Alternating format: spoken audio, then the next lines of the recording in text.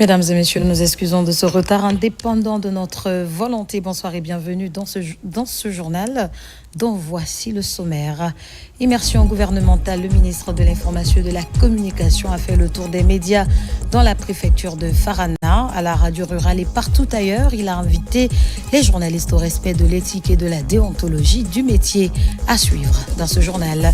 Évaluation des performances au fonds d'investissement minier. La structure a en 2024 mobilisé 140 milliards de francs guinéens sur 185 milliards prévus. L'équipe s'en est félicitée avant de redéfinir les perspectives pour plus de résultats cette année. À la fin de cette édition, vous aurez d'amples informations sur le sens de la Saint-Valentin selon l'Église catholique. C'est tout pour le sommaire.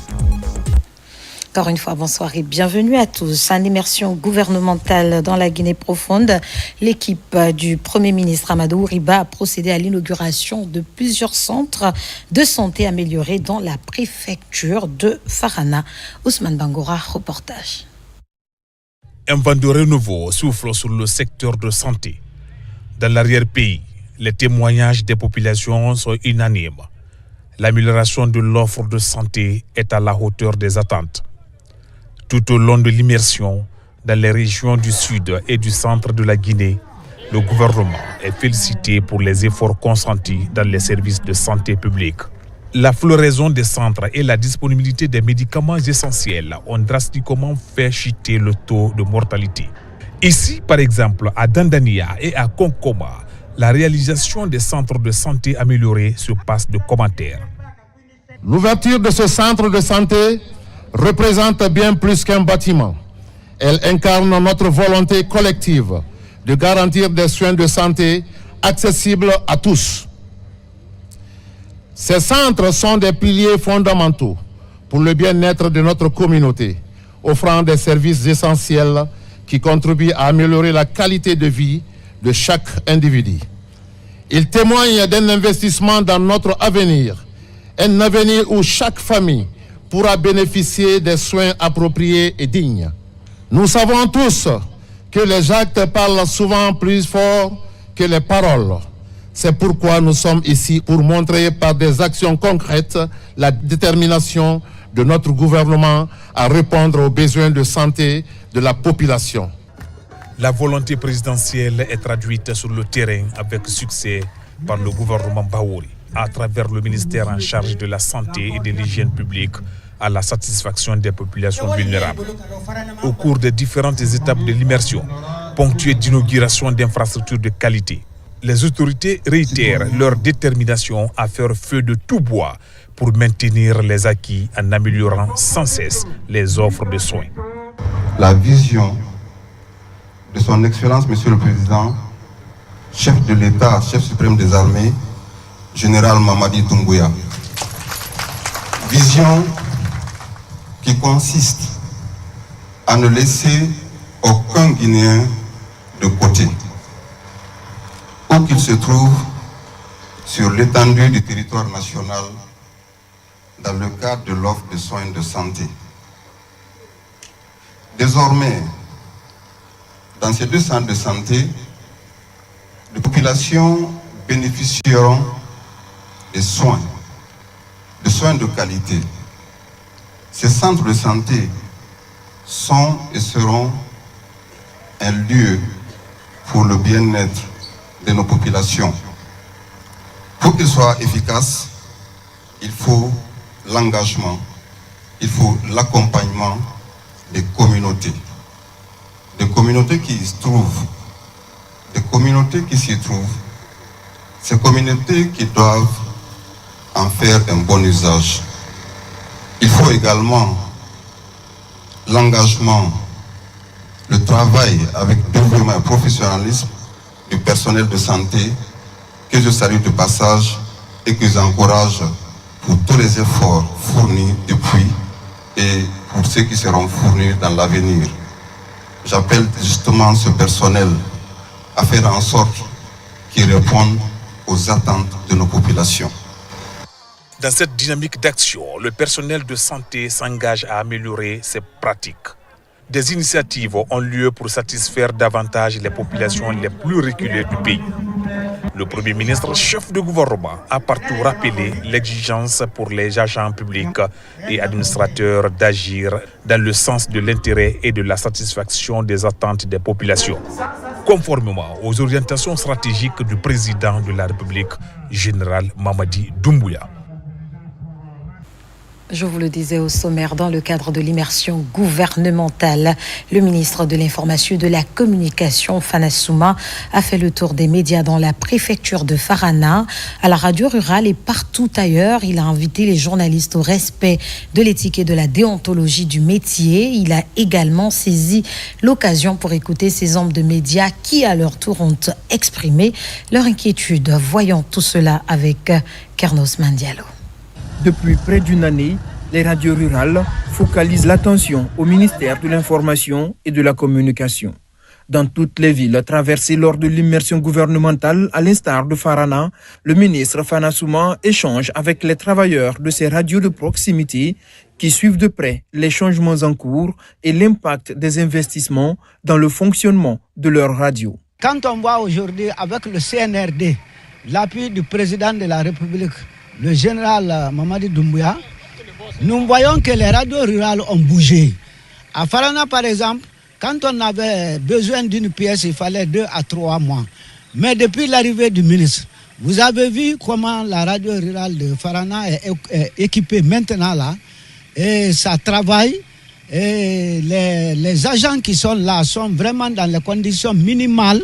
Nous ne disons pas que tout est rose. Mais là où ils sont vraiment, on a senti que le CNRD est en train de comprendre que les communicateurs à la base doivent être supportés. Je commencerai par remercier M. le ministre. Depuis sa nomination à la tête de notre département, il est en train de se battre pour relever les sites de diffusion, accompagner la radio rurale en matière d'équipement.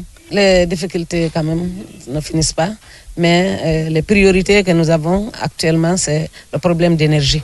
Et le deuxième problème que nous avons, c'est surtout le problème de relais. On a 2 zones d'ombre et puis des sous-préfectures qui sont vraiment très bonnes en matière de population, qui ne reçoivent pas les ondes de la radio rurale, Marela et Kobikor. Le ministre de l'Information et de la Communication a également visité le bureau régional de la RTG et le site de diffusion avant d'aller à la rencontre des professionnels évoluant dans la presse privée. Partout, il a invité les acteurs de la presse à travailler avec professionnalisme et à promouvoir le vivre ensemble. Nous sommes très contents du passage du ministre. Et vous savez que nous sommes des médias privés, mais compte tenu de médias privés, il n'a pas tenu compte de ça. Après la visite à la radio rurale, il a décidé de venir visiter tous les médias privés de place et il a constaté le travail qu'on est en train de faire pour le pays. C'est un ministre de direct. On était dans le locaux de là où se trouve l'émetteur de la RTG ici. Sur le coup, il a pris une décision de changer toutes les anciennes installations, je veux dire les matériels qui sont là-bas, qui sont vétus. Et donc, ça veut dire que c'est un ministre qui est soucieux de la population ou même de ces éléments qui travaillent sur le terrain. Il est soucieux de la qualité aussi du travail. À Farana, le ministre Fana Souma a aussi insisté sur l'implication des hommes de médias dans la réussite du programme Simandou 2040. La région fait partie du corridor économique transguinéen. Dans le même registre, le ministre de la Défense nationale poursuit sa tournée en région forestière, à Massanta, précisément à la base du bataillon opérationnel régional. Il a transmis les messages de félicitations du chef de l'État à la troupe, mais pas que. On en sait un peu plus avec Caporal Mabinti Keïta, correspondante de la presse militaire. Après l'étape de la ville de Zérékoré, le ministre de la Défense nationale s'est rendu à Kouankan, base du bataillon opérationnel régional Bor, situé sur la nationale Sérédou.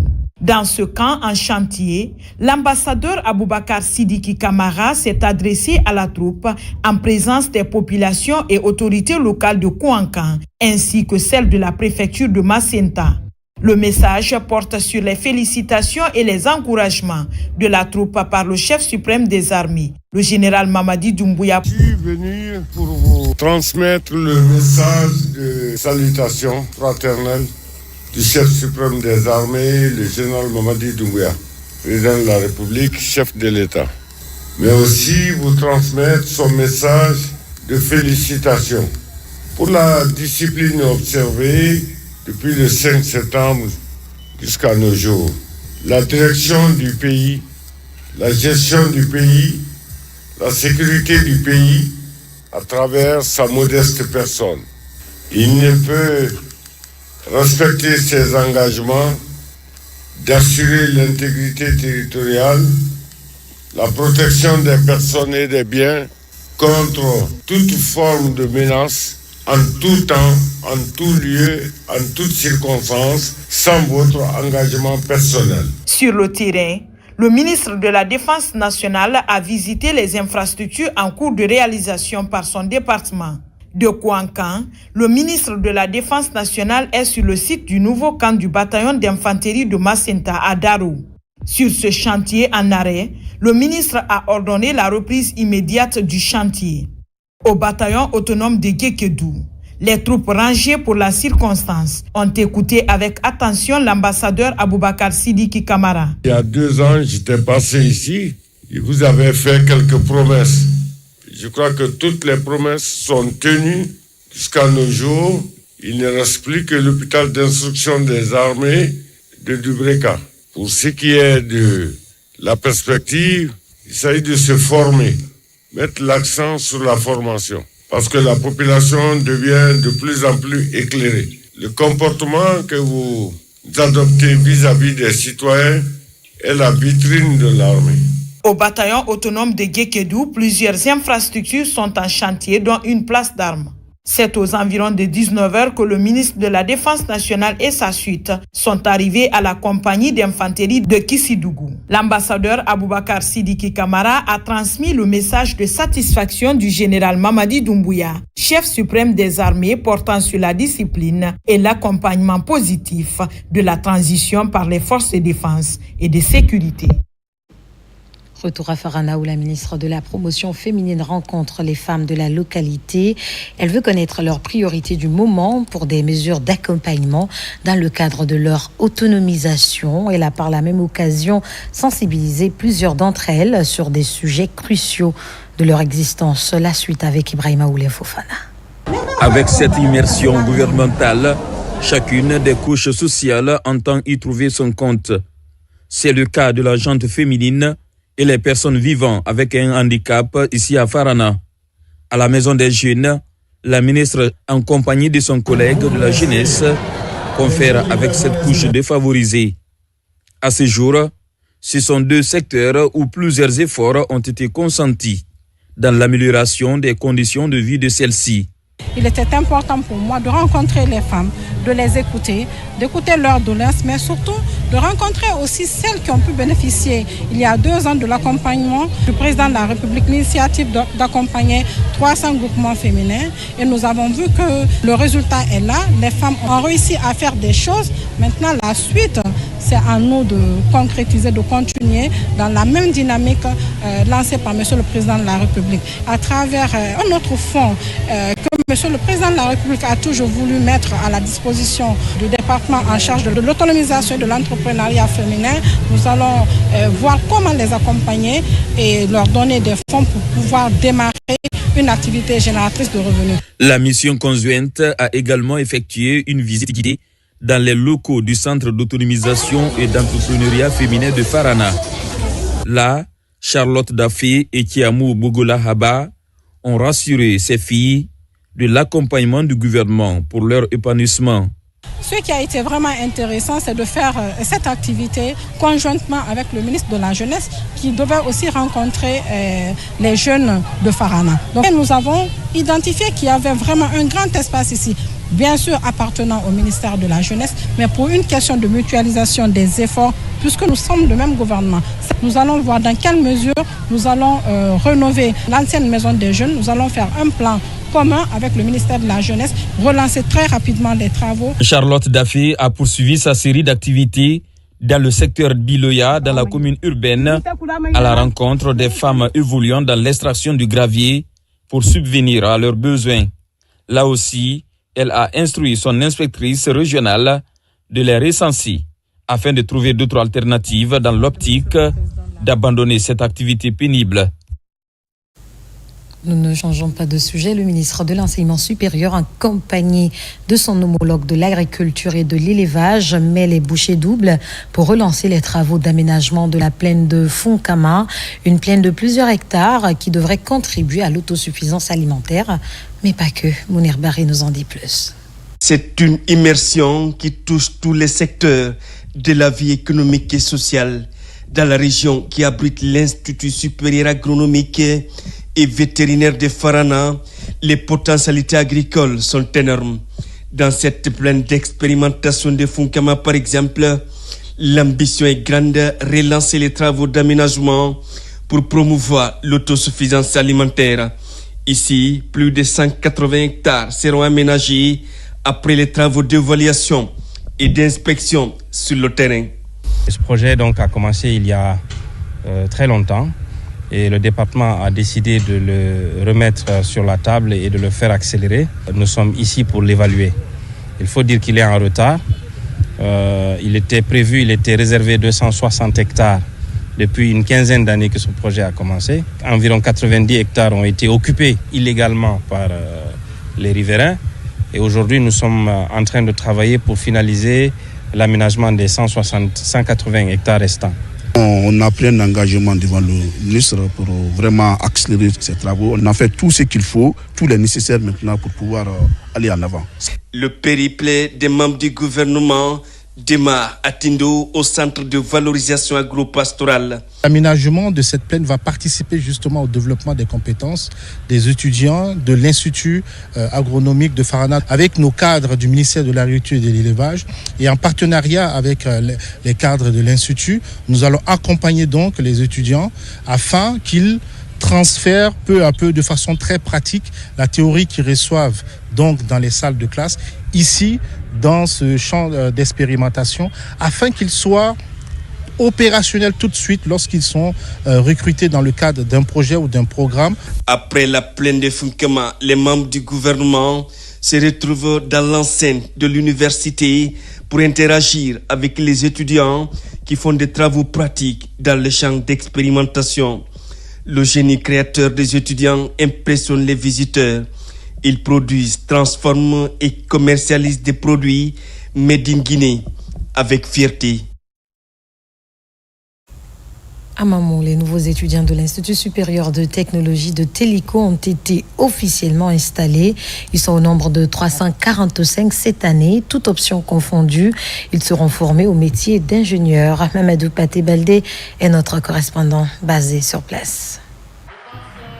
C'est dans une atmosphère de joie que l'Institut supérieur de technologie de Mamou a accueilli ces nouveaux étudiants.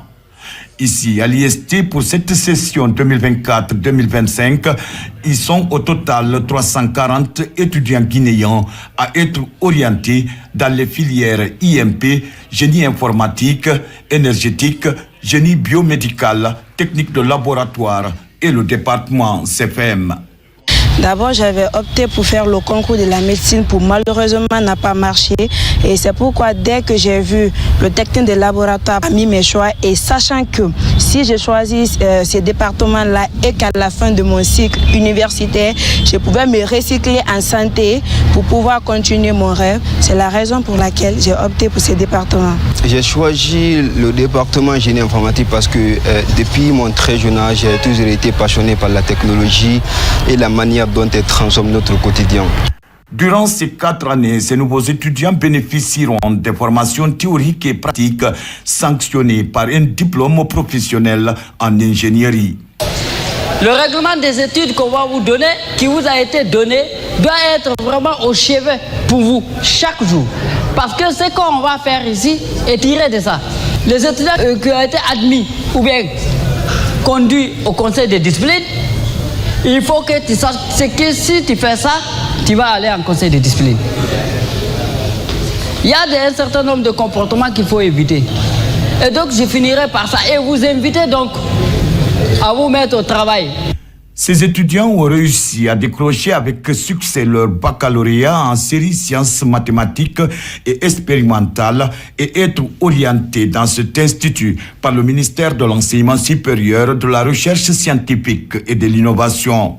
Votre admission témoigne ici votre détermination, de votre travail acharné et de votre engagement envers votre avenir. Vous êtes les futurs leaders, innovateurs et acteurs de changement de notre société. Et je ne doute pas que vous saurez relever les défis qui vous attendent. Pour permettre à ces étudiants de mieux cerner les filières dans lesquelles ils ont été orientés, ils ont suivi des exposés sur les programmes et leurs débouchés, la présentation de l'historique de l'IST ainsi que ses différents partenaires. À l'École normale des professeurs d'enseignement technique et professionnel de Matoto, 300 nouveaux fonctionnaires de l'État suivent un programme de formation axé sur la pédagogie de base pour renforcer leurs capacités dans les salles de classe. La formation des formateurs devient un impératif. Nabila Moussa Kamara. Après le recrutement des nouveaux fonctionnaires pour le compte du ministère de l'enseignement technique, de la formation professionnelle et de l'emploi, l'AMPET, l'école normale des professeurs d'enseignement technique et professionnel, entre en jeu pour faire d'eux des formateurs qualifiés avec des ressources pédagogiques nécessaires. Le premier contact est surtout mis à profit pour découvrir le potentiel de chacun des nouveaux fonctionnaires et les préparer à remplir efficacement leur mission dans les écoles techniques. À travers vraiment les questions et aussi les ententes que vraiment nous avons constatées, j'ai compris que vraiment l'État a besoin d'un personnel de qualité. Bien sûr, on a suivi des cours, la formation reste toujours un projet inachevé. Et à l'issue de cet entretien, je pense que les lacunes ici peuvent être détectées et puis les formateurs pourront savoir qu'est-ce qu'il faut. Après cette première phase, place aux formations en pédagogie avec les formateurs de l'AMPET. Une étape indispensable avant tout déploiement dans les salles de classe au contact des apprenants. Les fonctionnaires qui viennent d'être recrutés ne peuvent pas être placés dans les classes ou dans nos centres directement comme ça. Il faudrait donc les former, il faut les outiller pour qu'ils donnent le meilleur d'eux-mêmes auprès de nos apprenants qui sont dans nos écoles. Cette formation me permet de me réjouir à plus d'un titre, dans la mesure qu'on ne peut pas s'y engager dans une activité sans pour autant apprendre le b.a.-ba de cette activité pour promettre aux apprenants des futurs, c'est-à-dire techniciens, voire ingénieurs de différentes sociétés, voire de l'État, qui viendront plus tard à pouvoir maîtriser et à représenter valablement notre pays. À travers cette session de formation des formateurs, l'AMPET lance officiellement ses activités pour l'année 2025. Tout au long de l'année, un ambitieux programme va être déroulé pour mettre en œuvre l'une des priorités du ministère de l'enseignement technique, de la formation professionnelle et de l'emploi, la formation des formateurs. Promotion de l'excellence en milieu scolaire. Une compétition a été lancée dans ce sens ce mercredi à Conakry en faveur des élèves. L'activité leur offre l'opportunité de développer des compétences en art oratoire et en culture générale. Mohamed Salouba, reportage. Chers débatteurs, au fil du temps, cet espace d'émulation est devenu le rendez-vous privilégié des meilleurs élèves de la capitale.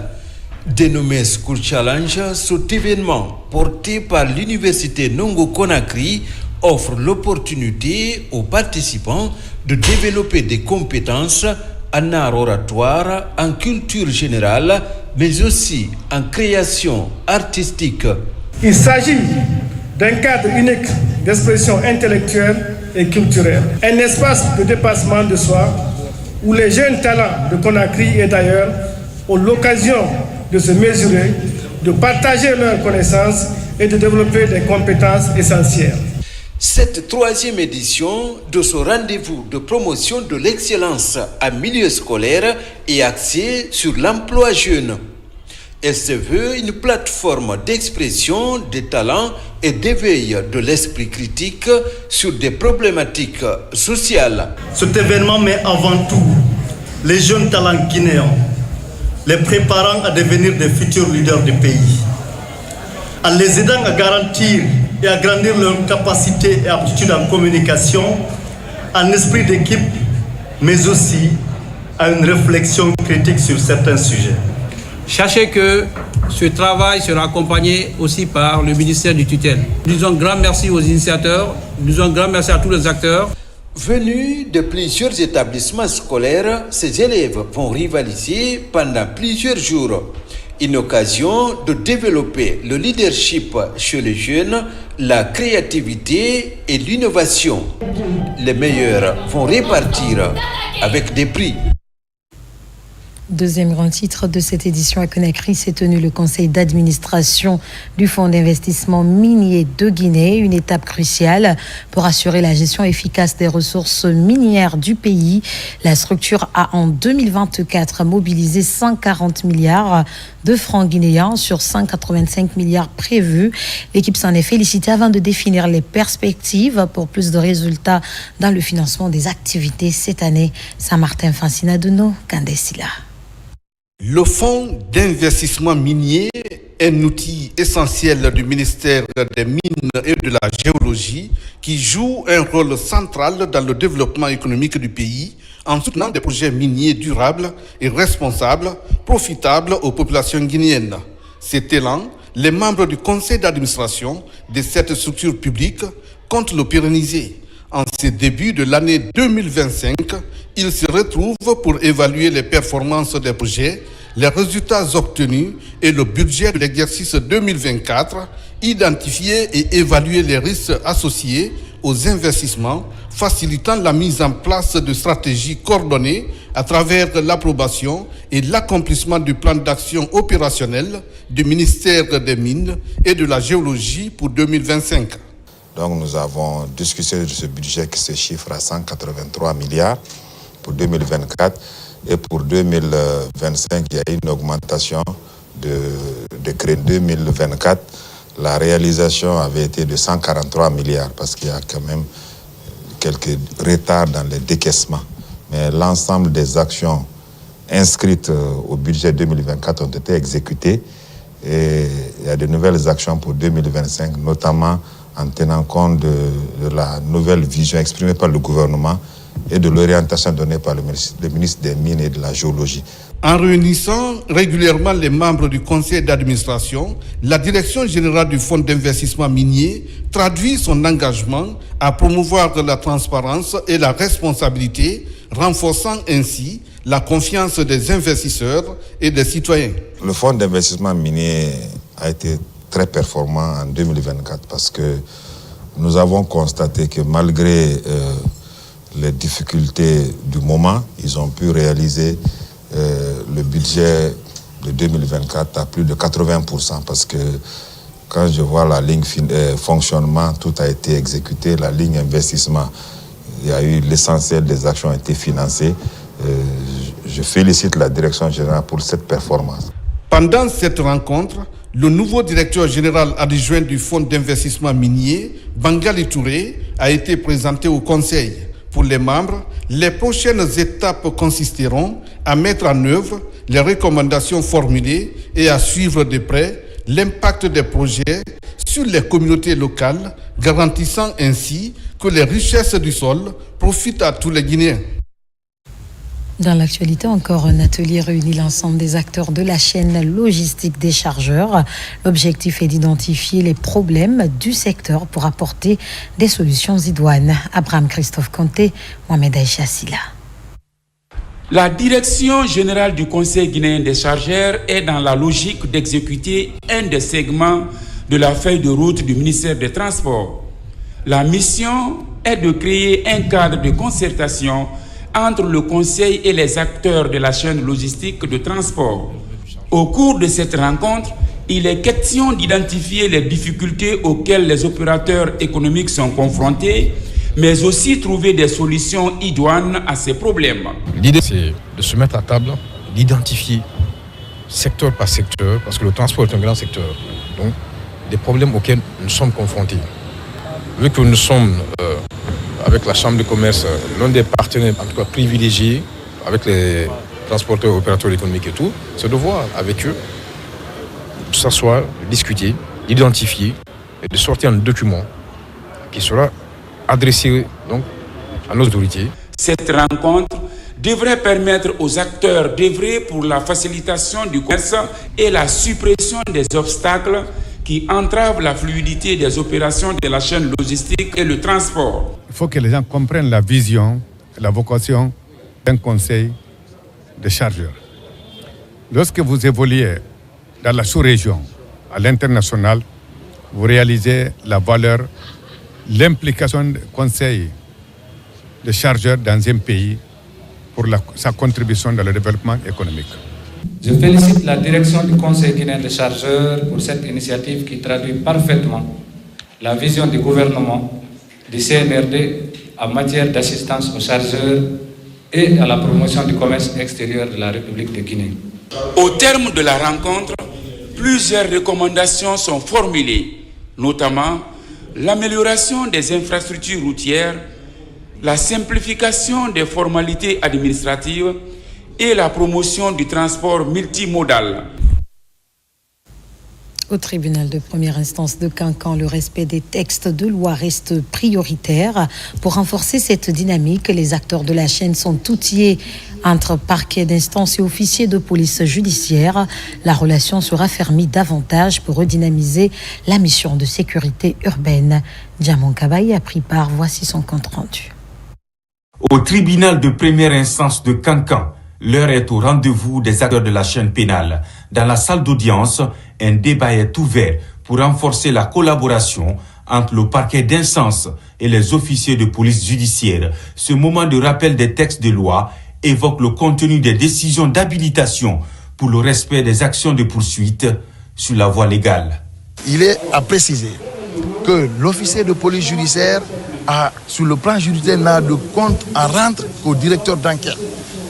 Bien qu'ils sont sous une autorité administrative, leur chef hiérarchique, mais s'il s'agit d'une plainte, d'une infraction, ils doivent rendre compte directement au procureur de la République. Mais le diagnostic nous a permis de constater que les officiers de police judiciaire qui rendent compte aux officiers de police judiciaire, aux magistrats dans le ressort ou en République de Guinée, aujourd'hui sont confrontés à des problèmes. C'est ce qui m'a tiqué à l'esprit. Je me suis dit, c'est par méconnaissance des textes. Voilà pourquoi j'ai convié ces officiers de police judiciaire, élargis à l'administration. Sur le terrain, ces acteurs de la chaîne pénale collaborent avec des parquets d'instance pour recourir à des gardes à vue, perquisitions et saisies. Leur rapport avec le procureur de la République est débattu pour lutter contre toute forme de fraude pendant des investigations. On nous a exposé sur, n'est-ce pas, la qualité qui peut être officier de police judiciaire, les qualités d'agent de police judiciaire, également le ministère public, et qui délivre l'habilitation par rapport à l'exercice de la fonction de police judiciaire. Ça nous rappelle nos droits, nos obligations. C'est-à-dire, l'obligation de police judiciaire, c'est quoi? C'est le respect des droits de l'homme surtout. Parce que si vous abusez, vous dites que je suis policier, et je suis gendarme, je dois agir, arrêter, placer quelqu'un à la garde. Non, si vous n'êtes pas habilité, vous ne devez pas agir. À ce rendez-vous judiciaire, les services d'appui à la justice, composés d'officiers de police judiciaire, chefs de quartier, techniciens de l'habitat et autorités locales, ces différents services s'organisent pour redynamiser la mission de sécurité urbaine.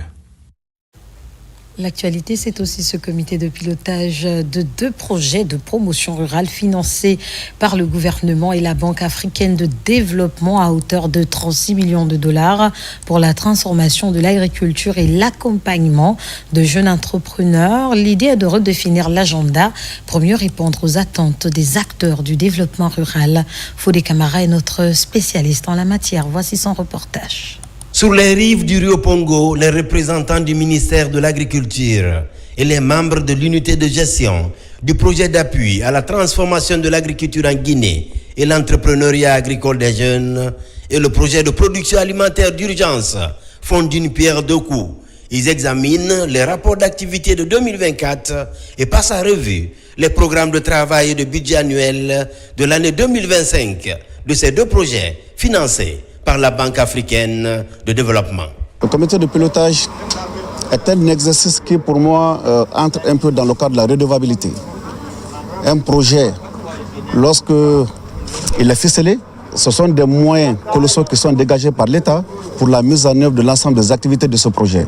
Alors, il appartient au ministère de l'Agriculture, maître d'ouvrage, de veiller à ce que tous les travaux, toutes les activités soient réalisées et dans le délai requis. Ce conclave de 48 heures a aussi permis de dresser le bilan dans le registre de l'appui aux petites entreprises agricoles, souvent portées par des jeunes et des femmes dans les préfectures de Bofa et de Boké. Depuis 3 ans, nous collaborons avec le projet d'appui à la transformation de l'agriculture. Aujourd'hui, nous disons Dieu merci. La collaboration avec PATAG nous a aidés à savoir où nous allons. Nous avons bénéficié d'une formation et nous ont donné des instruments qui seront bénéfiques à d'autres promoteurs du secteur rural.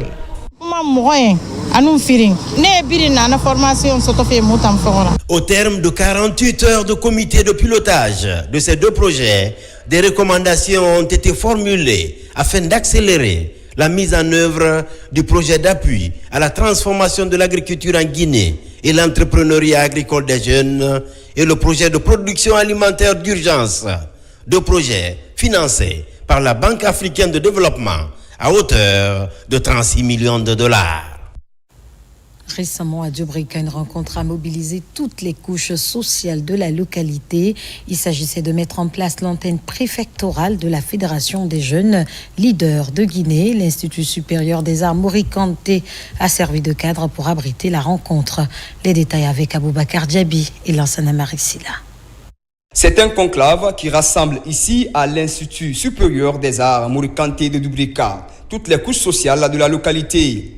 Son objectif global est de fédérer les jeunes autour de l'essentiel pour booster le leadership collectif et le développement local. L'initiative est portée par la Fédération des jeunes leaders de Guinée, FESLEG, pour valider et mettre en place l'antenne préfectorale de sa structure dans la commune urbaine de Djobrika. Djobrika, c'est ma ville de naissance. Elle ne doit pas rester en marge, n'est-ce pas, de cette structure. C'est pourquoi aujourd'hui la jeunesse de Djobrika a décidé, n'est-ce pas, de mettre en place un bureau préfectoral pour les permettre aussi de faire vendre l'image et les objectifs de la structure.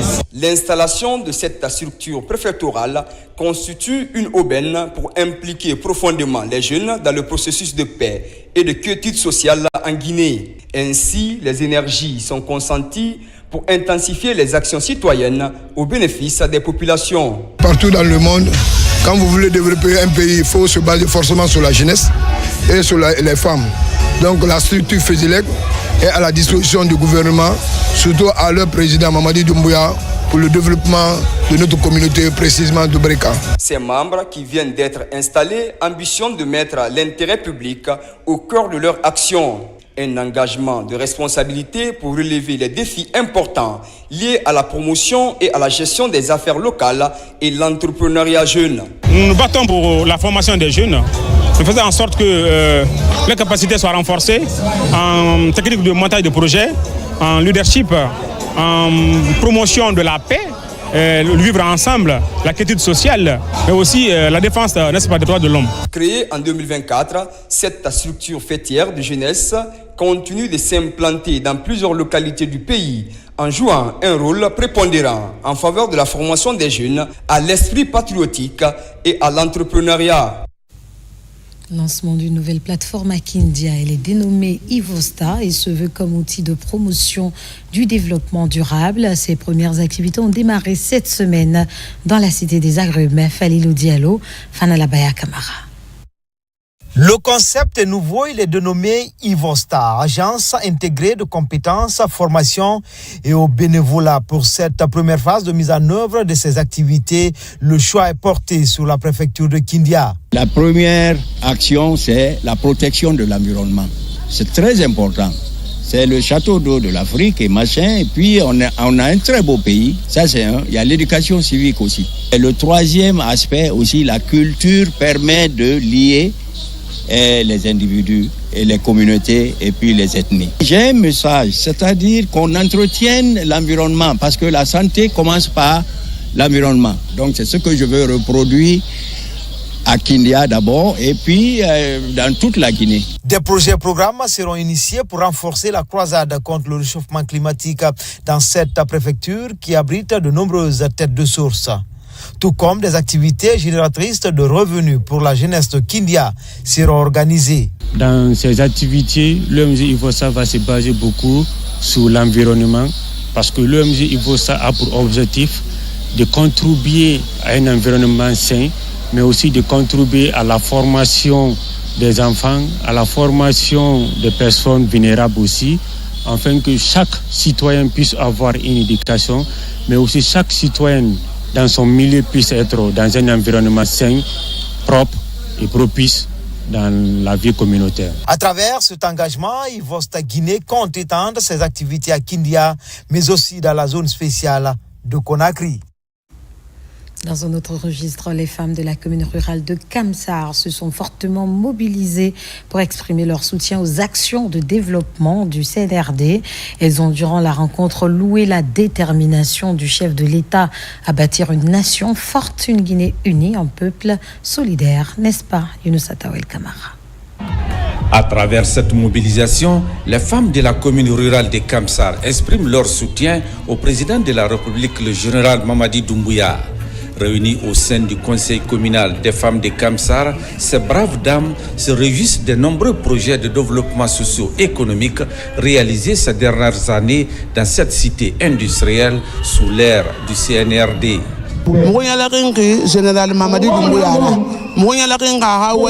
Nous sommes très contentes du président Mamadi Doumbouya pour tout ce qu'il fait en faveur du développement du pays. Nous nous engageons à le soutenir dans la réalisation de ces projets.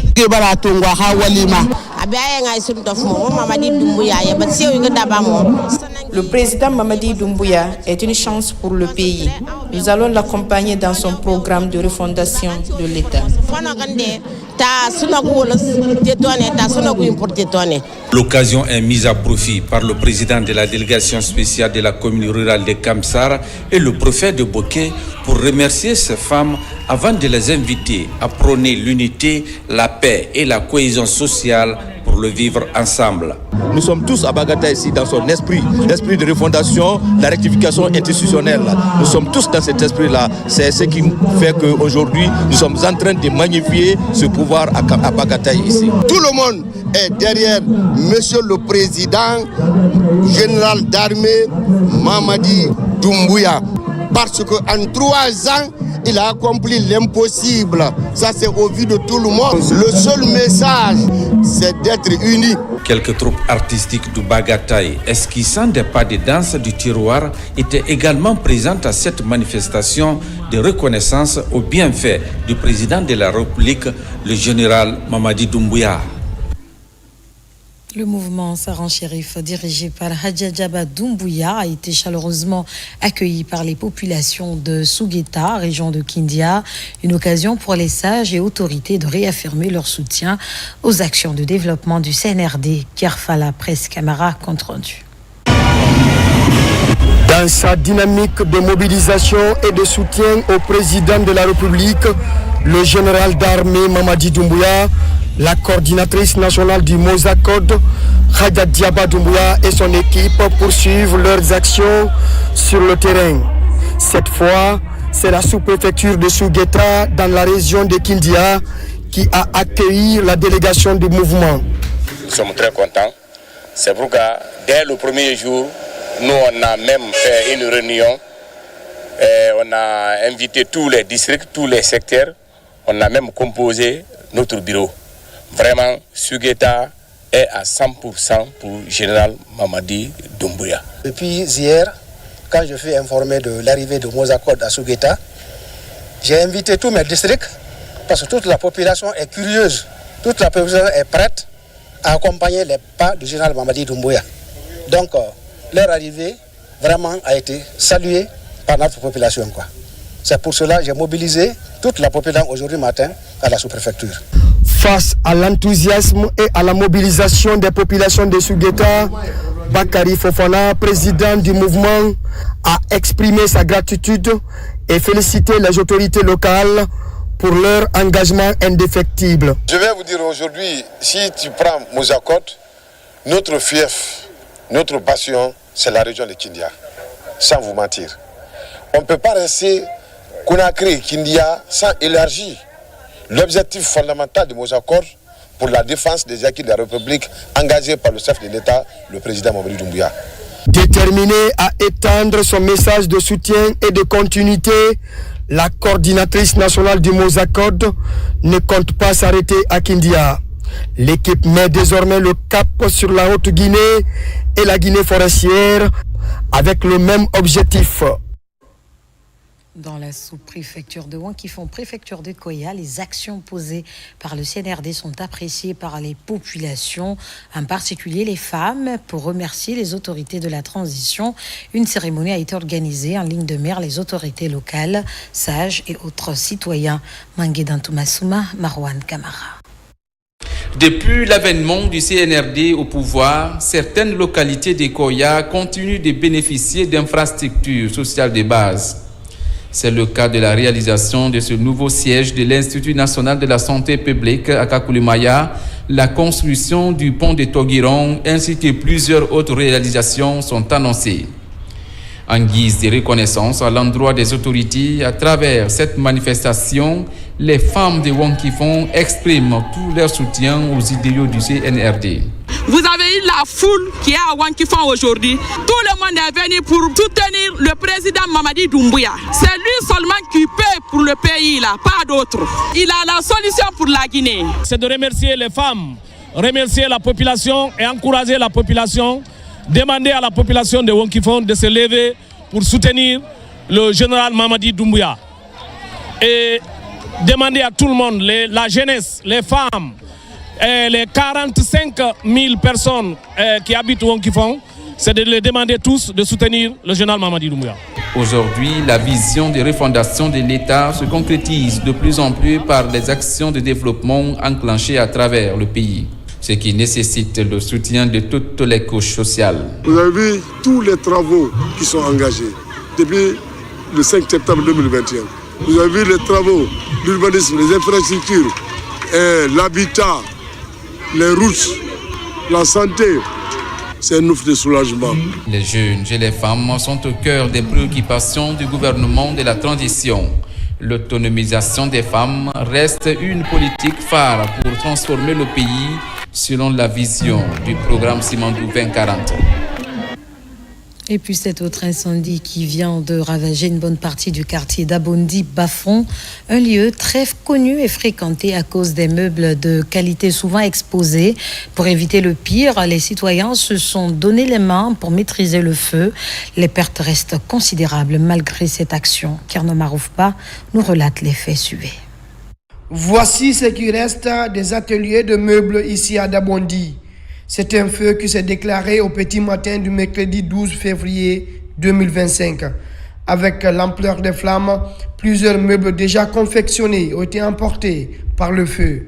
Avec l'aide des citoyens et des sapeurs-pompiers, les dégâts ont été stoppés pour limiter l'avancée des flammes dans ce lieu de confection et de vente des meubles.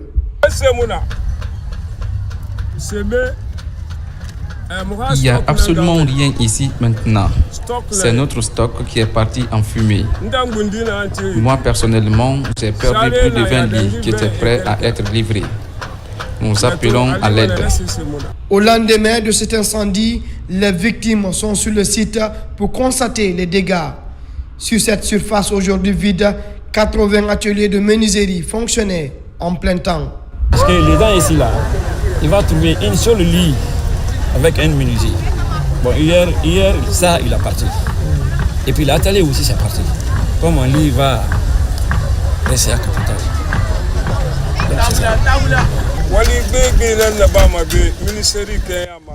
Nous faisons beaucoup de travail ici qui apporte des bienfaits pour les Guinéens. Même ceux qui résident à l'étranger veulent acheter avec nous. Sur ce site, nous avons formé beaucoup de jeunes qui travaillent partout en Guinée aujourd'hui.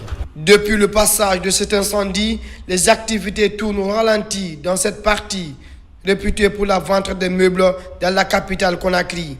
Les victimes en appellent à la solidarité pour un retour à la normale.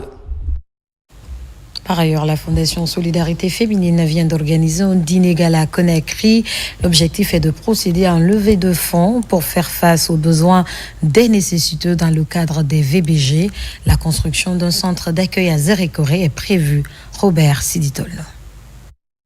La Fondation Solidarité Féminine poursuit sa noble mission, celle de porter une assistance aux personnes victimes des violences faites aux femmes. C'est dans cette dynamique qu'elle organise cette soirée gala à Conakry. L'objectif, mobiliser des fonds pour changer la vie des centaines de victimes des pratiques ignobles. C'est là à travers l'équipement du centre d'écoute des femmes victimes de violences dans la région forestière de Nzéroukouré. Ce centre a été créé le 2 février 2020 et inauguré le 21 mars 2021. La sortie de la violence est aujourd'hui notre responsabilité collective. Pour marquer l'événement, la Fondation Solidarité Féminine, sur financement fonds propres, organise ce présent dîner gala de mobilisation de fonds. Nombreuses sont des personnalités qui ont pris part à ces dîners gala. Contre cette pratique, plusieurs voix se sont levées pour appeler à une mobilisation accrue contre le fléau et à soutenir le combat que mène la Fondation Solidarité Féminine il y a cela des années. Je pense qu'aujourd'hui, nous devons soutenir cette noble initiative de Madame la vice-présidente, parce que nous devons mutualiser nos efforts pour éradiquer ce phénomène dans notre pays. Mais en quoi faisant? En faisant parler nos cœurs, en faisant appel à notre générosité.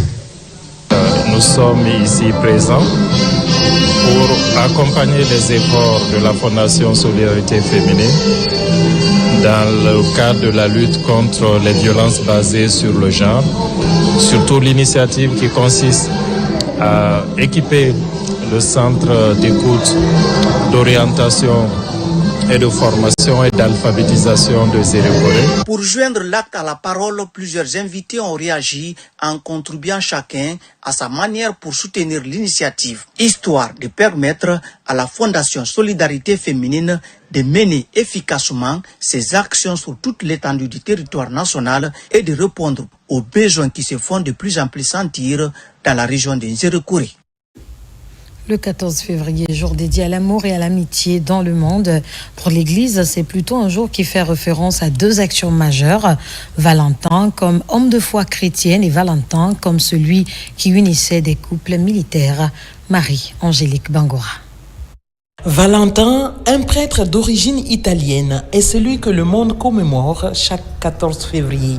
Contrairement à l'idée populaire d'une simple fête des amoureux, l'Église lui accorde une signification bien plus profonde liée à son engagement spirituel. L'Église, à travers Saint-Valentin, veut passer un grand message. Et le message, c'est quoi?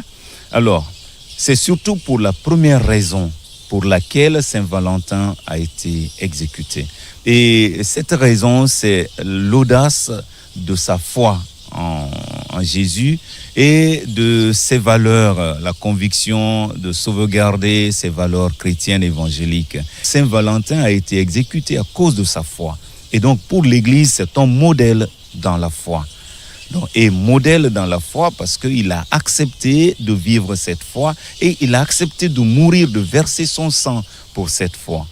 Cette date fait référence au jour de son exécution. Reconnu comme martyr, il est honoré par l'Église depuis lors. Selon une légende, un autre Valentin d'origine méconnue aurait secrètement aimé une jeune femme qu'il aurait lui-même guérie. Avant sa mort, il lui aurait adressé une lettre signée « Ton Valentin », donnant ainsi naissance à une tradition encore perpétuée aujourd'hui. Cependant, la Saint-Valentin n'est pas célébrée de la même manière partout dans le monde. Parfois, on a tendance à penser que Saint-Valentin, c'est vraiment la fête de l'amour. Mais quel type d'amour? L'amour vraiment artificiel, superficiel, qui se fane, qui disparaît, comme la fleur qu'on offre le jour de Saint-Valentin. Non, l'Église voudrait que le cadeau de Saint-Valentin soit un cadeau de sacrifice et d'engagement. Si je dis vraiment je t'aime, que ça soit engageant. Voilà, que ça ne soit pas superficiel comme la fleur que je vais t'offrir juste pour un jour. Et dès que la fleur se fane, l'amour disparaît. Je prends l'exemple du Japon, par exemple. Voilà, c'est effectivement le 14 février, mais c'est célébré en deux temps. Le 14 février aux hommes, des cadeaux. Et le 14 mars, c'est l'inverse. C'est les hommes qui offrent des cadeaux aux femmes. Dans le dessein divin, l'homme et la femme sont créés pour ne faire qu'un et s'aimer d'un amour mutuel et sincère. L'Église met un point d'honneur à rappeler l'importance de cet engagement sacré, invitant les couples à cultiver un amour fondé sur le respect et la fidélité. C'est vrai que l'engagement pour la vie n'est pas facile dans une vie de couple. s'engager pour toute la vie avec la même personne, dans la même maison. Ce n'est pas facile, c'est vrai. Mais c'est pourquoi l'Église crée l'espace de formation. Avec les étapes de formation que nous avons dans l'Église, les couples réussissent à s'accepter et à s'ouvrir à l'horizon de leur vie. Et ce que je voudrais surtout demander aux jeunes, c'est de relire un beau texte que nous avons dans la Bible, l'hymne à l'amour, donc de la lettre de Saint Paul aux Corinthiens, première lettre, chapitre 13, les versets 1 et suivants, où Saint Paul dit « J'aurais beau parler toutes les langues du monde, s'il me manque l'amour, je ne suis rien.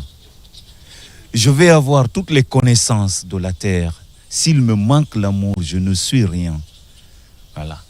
Je peux faire la charité à tout le monde. S'il me manque le véritable amour, je ne suis rien. Je peux même mourir, sacrifier ma vie, verser le sang. Et si ce n'est pas par amour, je ne suis rien. Ce 14 février encore, certains couples renouvelleront leurs vœux d'amour. D'autres vivront de nouvelles rencontres, tandis que certains connaîtront des désillusions, pouvant ébranler leur confiance en l'amour. Ainsi vont les aléas de la vie. Vivons d'amour pour ne pas mourir de haine. Et c'est la fin de ce journal. Merci de votre fidélité à la RTG. L'actualité se poursuit sur le www.rtgguinée.info. Guinée, notre paradis, terre de richesse, d'opportunités et d'innovation. Bonsoir.